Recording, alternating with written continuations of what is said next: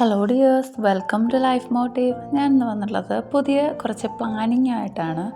അഥവാ നമ്മൾ 2026 കിടക്കുമ്പോൾ പുതുവർഷം തുടങ്ങുന്ന സമയത്ത് എല്ലാവരും ഓരോ പ്ലാനിങ്സ് ഒക്കെ നടത്താറുണ്ട്. അപ്പം ആ പ്ലാനിങ്സുമായിട്ട് ബന്ധപ്പെട്ട കുറച്ച് കാര്യങ്ങൾ ഡിസ്കസ് ചെയ്യാനായിട്ടാണ്. നമ്മൾ ഈ പ്ലാനിങ്സൊക്കെ ന്യൂ ഇയറിൽ നടത്തുന്നു. എന്നാൽ കുറച്ച് ദിവസങ്ങളും ആഴ്ചകളും കഴിയുന്നതിനനുസരിച്ച് പ്ലാനിങ്സ് എല്ലാം തകിടം മറിയുന്നു. എന്താണിതിന് കാരണം? എല്ലാ കാര്യങ്ങളും നാം ഒരുമിച്ച് ചെയ്തു തീർക്കും എന്നുള്ള ഓവർ കോൺഫിഡൻസ് ആണ് കാരണം. സ്റ്റെപ്പ് ബൈ സ്റ്റെപ്പായിട്ട് നിങ്ങളുടെ ജീവിതത്തിൽ പ്രാവർത്തികമാക്കേണ്ട കുറച്ച് റൂൾസ് നമുക്ക് പരിചയപ്പെട്ടാലോ? ബിസി ഷെഡ്യൂളുള്ള ആൾക്കാരും ഇത് ഫോളോ ചെയ്യാവുന്നതാണ്. ഒന്നാമതായിട്ട് പറയുന്നത് വെള്ളം കുടിക്കുക എന്നതിൻ്റെ പ്രസക്തി എല്ലാവർക്കും അറിയാവുന്നതാണ്. നമ്മൾ ഡെയിലി രാവിലെ കുടിക്കുന്ന ജ്യൂസോ കോഫിയോ ചായയോ ഒന്നും അല്ല കേട്ടോ, നോർമലായിട്ട് നമ്മൾ കുടിക്കുന്ന വാട്ടറിനെ പറ്റിയാണ് പറയുന്നത്. പറ്റുമെങ്കിൽ ഒരു 2 ലിറ്ററെങ്കിലും കുടിച്ചു എന്ന് ഉറപ്പ് വരുത്തുക. വെള്ളം കുടി ശീലമാക്കിയാൽ ലൈഫിൽ വളരെയധികം മാറ്റങ്ങൾ ഉണ്ടാകുന്നു. ഒന്ന് ട്രൈ ചെയ്ത് നോക്കൂ. നമ്മുടെ ശരീരത്തിലെ വെള്ളം അത്യാവശ്യമായ ഒരു കാര്യമാണ്. നമ്മൾ രാവിലെ എണീക്കുന്ന സമയത്ത് തന്നെ ഒരു ഗ്ലാസ്സെങ്കിലും വെള്ളം കുടിച്ചിരിക്കുക. കാരണം നാം ഉറങ്ങുന്ന സമയത്ത് ബോഡിക്ക് വെള്ളം കിട്ടുന്നില്ല. ബോഡിയെ എനർജറ്റിക് ആക്കണമെങ്കിൽ നമ്മൾ വെള്ളം കുടിച്ചേ മതിയാവുകയുള്ളൂ. നമ്മുടെ സ്കിന്നൊക്കെ നല്ല ഗ്ലോ ആവണമെങ്കിൽ വെള്ളം കുടിക്കുന്നത് വളരെ ഇമ്പോർട്ടൻ്റായ ഒന്നാണ്. നെക്സ്റ്റ് എന്ന് പറയുന്നത് നമ്മുടെ ബോഡിയെ കെയർ ചെയ്യുക എന്നതാണ്. ജിമ്മിൽ പോയി വലിയ വർക്കൗട്ടൊന്നും ചെയ്യേണ്ടതില്ല കേട്ടോ. നമ്മുടെ ബോഡി ഡെയിലി ഒരു 20 മിനിറ്റെങ്കിലും ഒന്ന് മൂവ് ചെയ്യുക. ഡെയിലി ഒരു അരമണിക്കൂറെങ്കിലും നമ്മൾ നടക്കാനായിട്ട് മാറ്റി വയ്ക്കുക. മസ്റ്റായിട്ട് ഞാൻ ഈ ഒരു കാര്യം ചെയ്യുമെന്ന് തന്നെ തീരുമാനമെടുക്കുക. അടുത്തത്, നമ്മുടെ മീൽസ് ഡെയിലി ഒരു വെജിറ്റബിൾസോ അല്ലെങ്കിൽ ഒരു ഫ്രൂട്ട്സോ ഒക്കെ നമുക്ക് ഉൾപ്പെടുത്താവുന്നതാണ്. എന്ത് ഫുഡ് കഴിച്ചാലും ഒരു വെജിറ്റബിളെങ്കിലും നമ്മൾ അതിൽ ഉൾപ്പെടുത്തുന്നുണ്ടോ എന്ന് നമ്മൾ ഉറപ്പ് വരുത്തുക. അതുപോലെ വീക്ക്ലി ലീഫി വെജിറ്റബിൾസ് മസ്റ്റായിട്ട് ഉൾപ്പെടുത്തുക. നമ്മുടെ വീട്ടിലൊക്കെ കിട്ടുന്ന മുരിങ്ങയില, ചീരയില ഇവയൊക്കെ ആയാലും മതി. അടുത്തതെന്ന് പറയുന്നത് നമ്മുടെ ഉറക്കം കറക്റ്റാണെന്ന് ഉറപ്പ് വരുത്തുക എന്നതാണ്. മിനിമം നമുക്കൊരു 7 to 8 hours ഉറങ്ങാവുന്നതാണ്. എല്ലാ ദിവസവും ഒരേ സമയത്ത് തന്നെ ഉറങ്ങാൻ നോക്കുക. അത് നമ്മുടെ ബ്രെയിനിനും ഹേർട്ടിനും നെർവസ് സിസ്റ്റത്തിനുമൊക്കെ വളരെ അത്യാവശ്യമാണ്. ഫ്രഷായിട്ട് എനർജറ്റിക്കായിട്ട് ഒരു ദിവസം തുടങ്ങാൻ ഉറക്കം വളരെ അത്യാവശ്യമായ ഒന്നാണ്. അടുത്തത്, ഡെയിലി ഒരു ദിവസം നമ്മൾ കാമായിട്ടിരിക്കുക. ജസ്റ്റ് ബ്രീത്ത് ചെയ്യുക, കണ്ണടച്ചിരിക്കുക. ആഴ്ചയിൽ നമ്മൾ പുതിയ കാര്യങ്ങൾ എന്തൊക്കെ ചെയ്യണമെന്ന് പ്ലാൻ ചെയ്യുക, പഠിക്കുക. ഇതൊക്കെ നമ്മുടെ എനർജി ലെവൽ കൂട്ടാനായിട്ട് സാധിക്കുന്ന ഒന്നാണ്. അടുത്ത സ്റ്റെപ്പ് എന്ന് പറയുന്നത് ഗ്രാറ്റിറ്റ്യൂഡാണ്.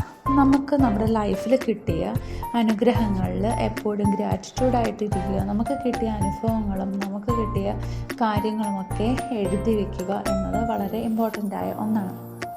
അടുത്തത്, രാവിലെ എണീച്ച ഉടനെ ഫോണൊന്നും സ്ക്രോൾ ചെയ്യാതെ ഹാപ്പി ആയിട്ട് എഴുന്നേൽക്കുക. എണീറ്റ ഉടനെ തന്നെ മറ്റുള്ളവരുടെ സ്റ്റാറ്റസൊക്കെ നോക്കിയിട്ട് ഓരോ കാര്യങ്ങൾ ചിന്തിച്ച് കാട് കയറി മൈൻഡ് ടെൻഷനാക്കാതെ നമ്മൾ ഡെയിലി ചെയ്യാനുള്ള കാര്യങ്ങളിലേക്ക് കിടക്കുക.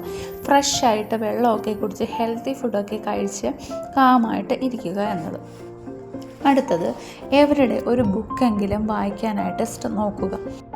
ഞാൻ ഈ പുതുവർഷത്തിലെ എടുത്ത തീരുമാനങ്ങളിൽ ഒന്നാണ് ഡെയിലി ബുക്കിൻ്റെ ഒരു പേജെങ്കിലും വായിച്ച് തീർക്കുക എന്നത്. നമുക്ക് ഒരുപാട് സമയമൊന്നും വായിക്കാനില്ല എങ്കിലും നമ്മൾ ജസ്റ്റ് ഒരു അരമണിക്കൂർ അല്ലെങ്കിൽ 1 മണിക്കൂർ ഇതിനായിട്ട് മാറ്റി വയ്ക്കും. മസ്റ്റായിട്ട് ഇതിന് നമ്മൾ മാറ്റി വയ്ക്കുന്നുണ്ടെന്ന് ചെക്കൗട്ട് ചെയ്യും.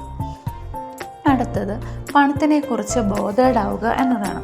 പണം സേവ് ചെയ്യാനായിട്ട് ശ്രമിക്കുക. ഇന്നത്തെ സമൂഹത്തിൽ പണം ചിലവഴിക്കാൻ ഒരുപാട് മാർഗങ്ങളുണ്ടല്ലേ. എന്നാൽ സേവ് ചെയ്യാനുമുണ്ട്. പക്ഷെ നമ്മളതിന് ശ്രമിക്കാറില്ല. സേവ് ചെയ്യാതെ അടിച്ചു പൊളിച്ചാൽ ലൈഫ് സ്പോയിലായി പോകുന്നതാണ്. അതുകൊണ്ട് മണി സേവ് ചെയ്യാനുള്ള പ്ലാനിങ് റെഡിയാക്കുക എന്നത് വളരെ ഇമ്പോർട്ടൻ്റ് ആണ്. നമ്മുടെ എക്സ്പെൻസസ് എഴുതി വയ്ക്കുക. നമ്മൾ എന്തിനൊക്കെ പണം ചിലവഴിക്കുന്നതെന്ന് എഴുതി വയ്ക്കുക. ഡെയിലിയുള്ള എക്സ്പെൻസസ് മസ്റ്റായിട്ട് എഴുതി വയ്ക്കുക. ഇതിലൂടെ നമുക്ക് മണിയെ ഏതൊക്കെ രീതിയിലാണ് നമ്മുടെ കയ്യിൽ നിന്ന് മണി ചിലവാകുന്നതെന്ന് നമുക്ക് മനസ്സിലാക്കാൻ സാധിക്കുന്നു. അതുപോലെ തന്നെ മണിയെ റെസ്പെക്റ്റ് ചെയ്യുക എന്നത്.